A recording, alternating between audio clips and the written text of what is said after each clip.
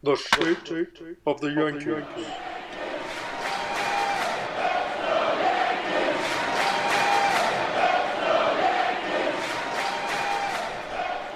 Yeah, let's go Yankees. 7-3 in their last 10. They have not been playing the stiffest competition, but they have been playing well. Stanton, he's having some success over the last couple of weeks. LeMahieu looking a little better. Frazier not. For your poor boy, Clint Frazier, man. Yeah. Talk about a guy who I kind of feel bad for. It's a guy that I want to have success. I think he's going to have big slumps and he'll have big highs. Like he's going to have some serious streaks where he is just smashing the ball. Peaks and valleys. Yeah, and I think that's what his career is going to be. And you just got to hope that he gets one of those. I think he'll thrive more under the pressure of the big games. Like I think that you might see him perform really well in like, the postseason in the playoffs and maybe in the World Series, because I think he kind of thrives on that stuff a little bit. Yeah, the problem he's going to have is would he even make it to a postseason game? Because at this point, he's working himself into getting replaced by Esteban Florial. Yes, he has been playing very poor. In the last week or so, he's batting almost less than 100. And brutal watching him. He is just having a rough go around, which is unfortunate. Sanchez, again, still not pulling his weight, as you like to say. He's not hitting his weight. She's definitely not. Gleyber Torres, kind of coming around here and there. Hit a nice bomb yesterday. I'm waiting for more. I think the more fans that get back in the stadium, you're going to see this team click a little bit more. I don't think that they're going to light the world on fire at the beginning, but I do. I mean, obviously they're turning things around a little bit. Their pitching is just good. Is just solid, and that's really what's helping them the most. And then you just got to get some guys out there that are going to be, hitting the ball pretty well from time to time. And Aaron Hicks is. As much as I dislike him, as much as you dislike him, he's been hitting the ball well. There's slight improvement. I wouldn't say he's hitting the ball well. Well, in the last 7 games, he's batting .412. So I mean, it doesn't seem like it. I know. Well, he's had some good games. So Aaron Judge still nothing. Frankly, Stanton's the guy getting it done right now. Yeah. Stanton is just walking up to the plate, dropping trow, and saying, "Look how big my dick is." That's what he's doing right now. DJ LeMahieu. Look at the size of this thing. DJ LeMahieu's pulling his weight. Well, DJ LeMahieu always pulls his weight. He's like that guy you take for granted, because he's just so awesome. And I mean, I love that guy. I know you do. I know you should. You should love him. In fact, I have to tell you right now, he should have gotten that guy out yesterday too with that play up the middle. And Ford dropped the ball. I will tell you right now, if I was going to, even though Clint Frazier is still, I guess, technically my favorite baseball player, although it's getting hard to defend him. Yeah. If you gun to my head right now and you said, okay, you got to spend $300, $250, $270 on an authentic jersey, I'm getting DJ LeMahieu. First of all, he's going to be a Yankee for the next 6 years, and he's the most reliable guy. And I don't even know that it would be close. Yeah. I don't know if he'll actually be in the lineup every day for 6 years. I think so. I think he's the type of player and body type that just stays healthy. Yeah, I think he'll be healthy. I can't see him batting 280. Well, it's another 5 years. It's another 5 years. So he'll be 37 when the contract runs out. Yeah, that's old. Which isn't that's not that old. It's old. I don't think that's that bad. It's pretty old. I'd be surprised if he's still putting up like a 300 batting average in 2 years. Now, I wanted to sort of get though, because I think when I don't know if you mentioned it, sorry, when you started the segment, but you had sent that article from The Guardian. The Guardian. I talked about it at the beginning. The Yankees are boring. Yes. They are. And the one thing I can tell you, it's so funny I'll read something real quick from The Guardian real quick. Kind of the last little. Oh man, did it just restart on me? Son of a beast thing. But what I can tell you while you're doing that is, I remember a couple of days ago when they won the first of the 2 in a row walk-offs, which was like, what was it like? Didn't LeMahieu hit that like bleeder over to third base they had the drawn in infield with 5 guys in the infield, and they ended up winning. And I just remember texting to the Yankees text group, even wins suck. Like, even the wins are boring. Yeah. Like, they're just. I think it helps. I think it hurts with not having many fans there's no like dramatic walk-off home runs or like not like a base, not like a double into the gap or something. Just this dribbler that bleeds down the third base line and in comes the winning run. Well, to score. It wouldn't have been a bad thing if it was like a Miguel Andujar or like a like a DJ or a Gio, but since it's Stanton, who should be having that prolific bomb, into left field or center field. So like actually yesterday's walk-off, I was talking about the walk-off from 2 days ago where LeMahieu hit the little bleeder down the third baseline. No, yesterday's walk-off at least was like a legit rip through the hole in left field. I mean, he hit that ball hard. That was okay. That one was better. But like the one before, it was just like, this is how they win games. It's like so. Well, that's what you want. You just want base hits to win games. You didn't want. You're struggling internally. It just wasn't. I understand. So this is what they are a relatively boring. This is team. what they do pitch well. Last 2 paragraphs of the Guardian article say. Even the New York Mets, with their Twitter dabbling billionaire owner, the best pitcher in baseball, and recent scraps in the tunnel, have a more intriguing product. Yankee fans are noticing tickets to have recent Wednesday night game against the Braves could be had for as little as $8 on the resale market. Yeah. No. The Yankees have nothing going on. They have no bluster. Even Reggie Jackson, the ultimate symbol of Bombers swagger, is now working for the hated Houston Astros after departing New York's payroll. And their ballpark, built to model the original Yankee Stadium, is a homogenized, Las Vegas-like monument to the past that doesn't measure up to the real thing. It's the mall. Just like the team that currently plays inside it. No arguments. See, I mean, that's a little dramatic, but I think, he has to. But I personally don't think that the new Yankee Stadium is a piece of crap. I think if you still had the old palatial Yankee Stadium, like fans would be pissed. I really do think that fans would be pissed by going that old stadium smelled and it was uncomfortable. It was uncomfortable. I love it and have it hold it near and dear to my heart. I absolutely. But there was crap teams that had state of the art, super nice stadiums. Like you go to Milwaukee, it's nice and homey. You go to all these stadiums that just were so much nicer. It had more just like amenities. Which I love the old Yankee Stadium. It has its place. It shook. That thing shook. I believe this new Yankee Stadium, if the fans could come back, we were there. And it was almost shaking. When they finally made the playoffs against 3 years ago when we were all there together? That place, it wasn't shaking, but it was like a wild card win. Like it wasn't a World Series win. That place was absolutely bananas. So I totally disagree with the argument that like the stadium's all posh and nobody can do anything, nobody can cheer anymore. Like that's a bunch of crap. People will cheer when they put a good product on the field. The problem is their product is kind of an empty shell. They can't figure out what to do with half their players. They can't figure out what to do with Gary Sanchez. Get him out behind he should not be catching. There's no reason in the earth why Gary Sanchez should be your catcher. He's got a great arm. That's awesome. You know what? But you know what? He should be your DH. You need to capitalize on Giancarlo Stanton's hot streaks right now. See ya, gone. Get rid of him. I don't care. Bye.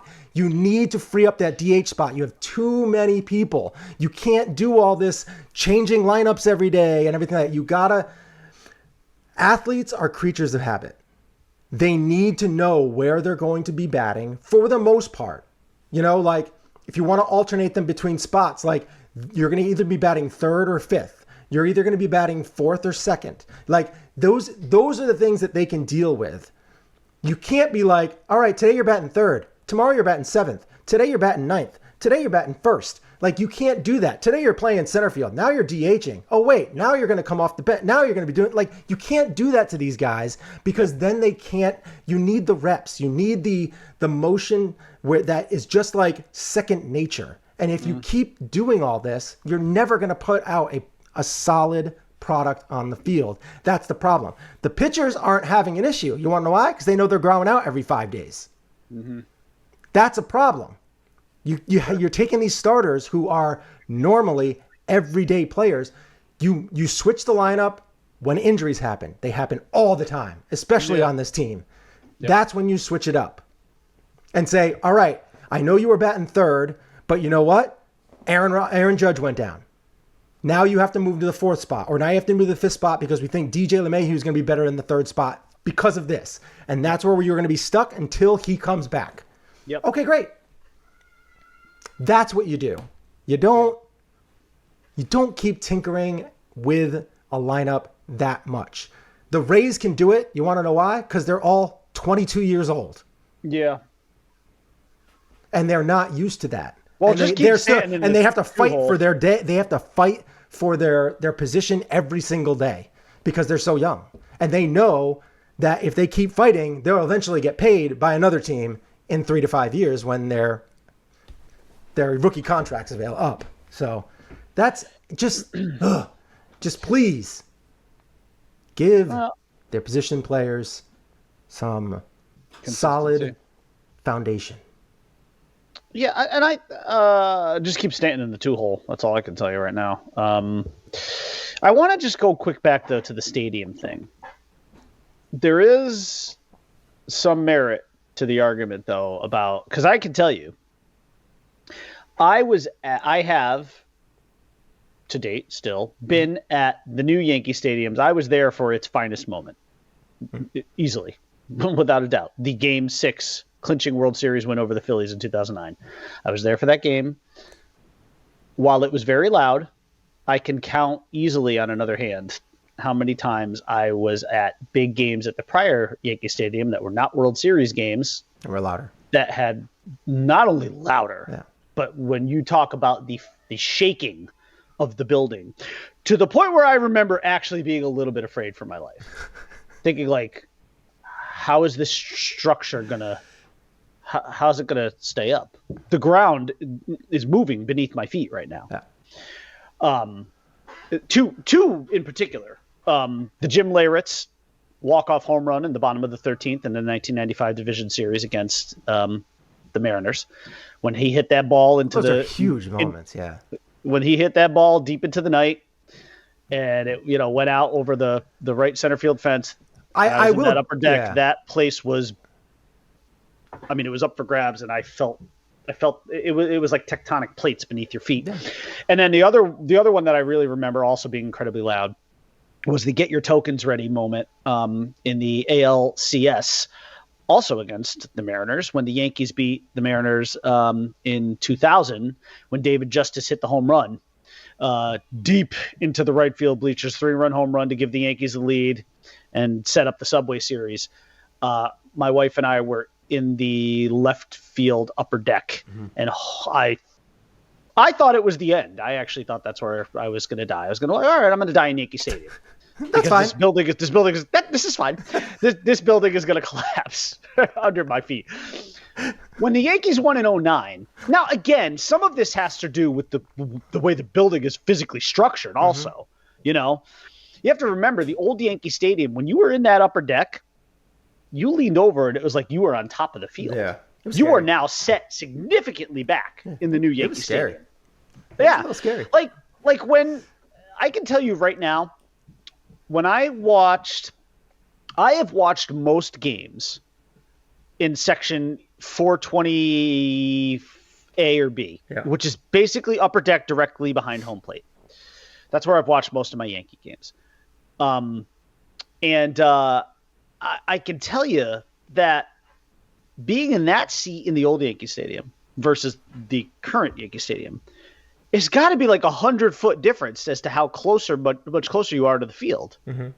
Like, I remember the old Yankee Stadium looking down from that spot, and it was almost like the batter's box was right underneath me. At least that's how it felt, you know? Yeah. Now you're like way back, and you're just like, oh yeah, there's.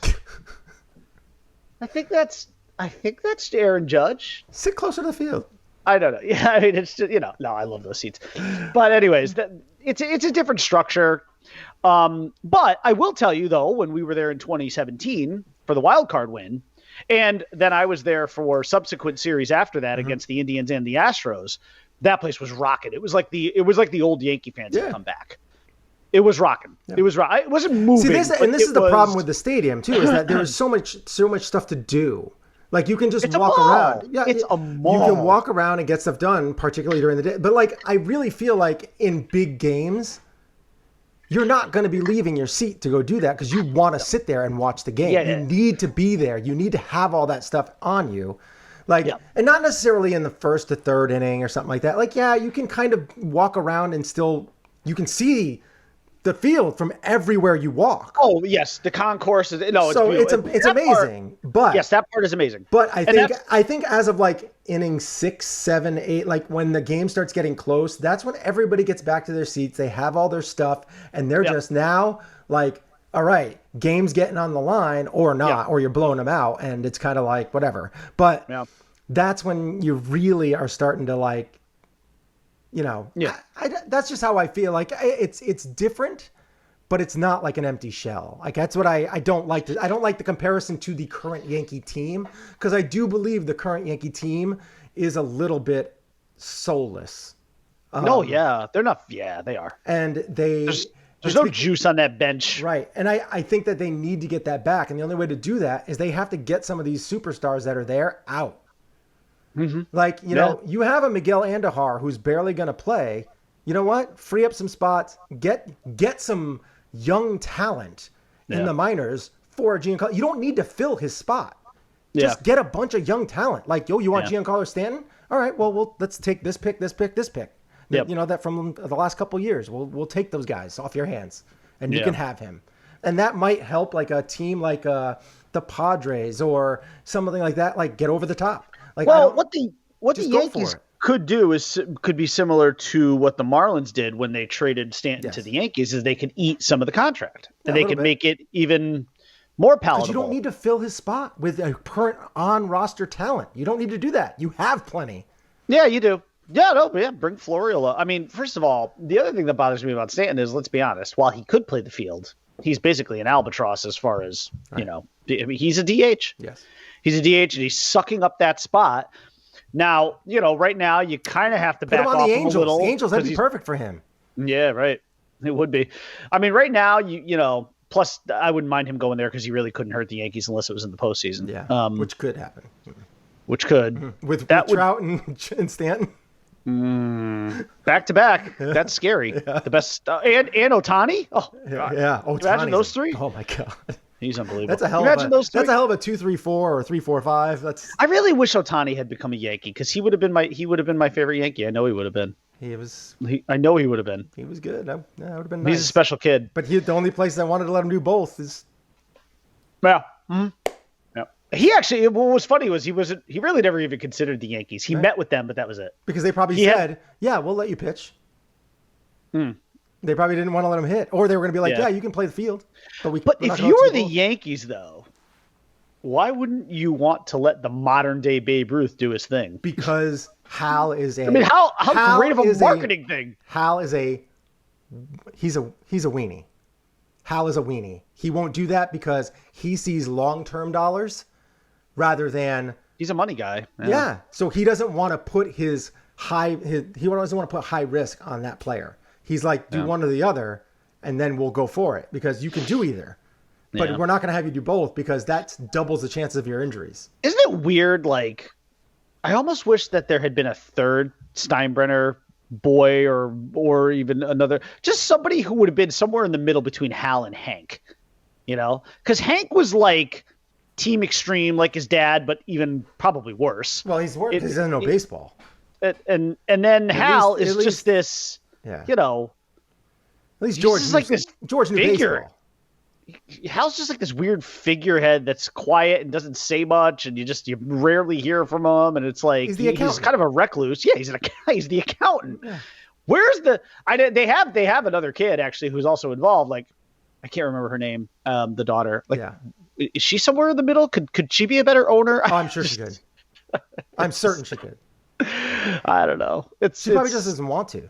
No, she's involved. I just can't remember what role. I forgot her name. They are a boring team though. They're not fun to watch. Their owner's boring too. I can't sit there and say like, oh man, I get so geared up to watch Yankee games right now. I just don't. I don't. There's sometimes I forget. Like, oh crap, the Yankees are on. Yeah, I mean, I will say I've watched 95% of the games. Yeah, I definitely have. I'm about 50-50. I watch. And if I don't watch, I usually try and catch the highlights after. Like, I'll go on YouTube and be like Yankee highlights, and I'll watch the. It's like it's the perfect like wind up to my day. Like I'll finish work around hopefully 6:37, sometimes later. But that puts me like, and then I go up, I sit on my bed, and I watch the game. All that Yeah. So I mean. It works out well where I get to watch it. And, we do the whole texting thing with the Yankee text group, and that's all fun games and everything. Mm-hmm. But like, yeah, they're just not. But once you start watching them, it's just like this product sucks. It's not. It's not great. I mean, what are they? They're 18-16. They have recently beat up on some bad teams. They had a good homestand. They went 7-2. They really should have gone 8-1. But that fucking Altuve. Oh, that motherfucker! Oh God, I hate him so much. Oh, honestly, he's working his way into Jose Bautista territory for me. Mm-hmm. Actually, him, Correa, and Bregman, the three of them. That is a literal three-headed monster that I hate, like a child's nightmare. I'm getting to be more and more less of a fan of Correa. Correa just really makes me angry. He's a douche. All right, let's get on to our last little topic of the day here, and that is the Marvel movie characters. That's not just the MCU, because Disney basically owns it all anyway now. Yeah. And we're just going straight up